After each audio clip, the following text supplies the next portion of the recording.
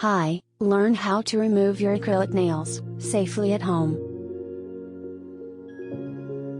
Things you will need: 1. Nail polish remover, acetone based. 2. Nail clippers. 3. Cotton balls and aluminum foils. 4. Petroleum jelly. 5. Nail files. Follow these steps to take off acrylic nails at home. Step 1. Use nail clippers to cut your acrylic nails. The shorter the nails, the easier the process.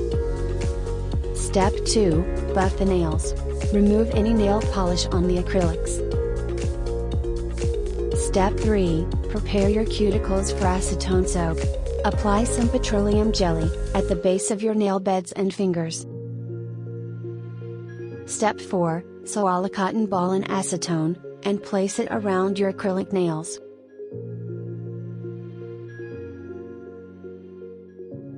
Step 5. Wrap an aluminum foil around the cotton ball, so that each nail is covered up. Step 6. Gently remove the foil, and try to gently remove the nails.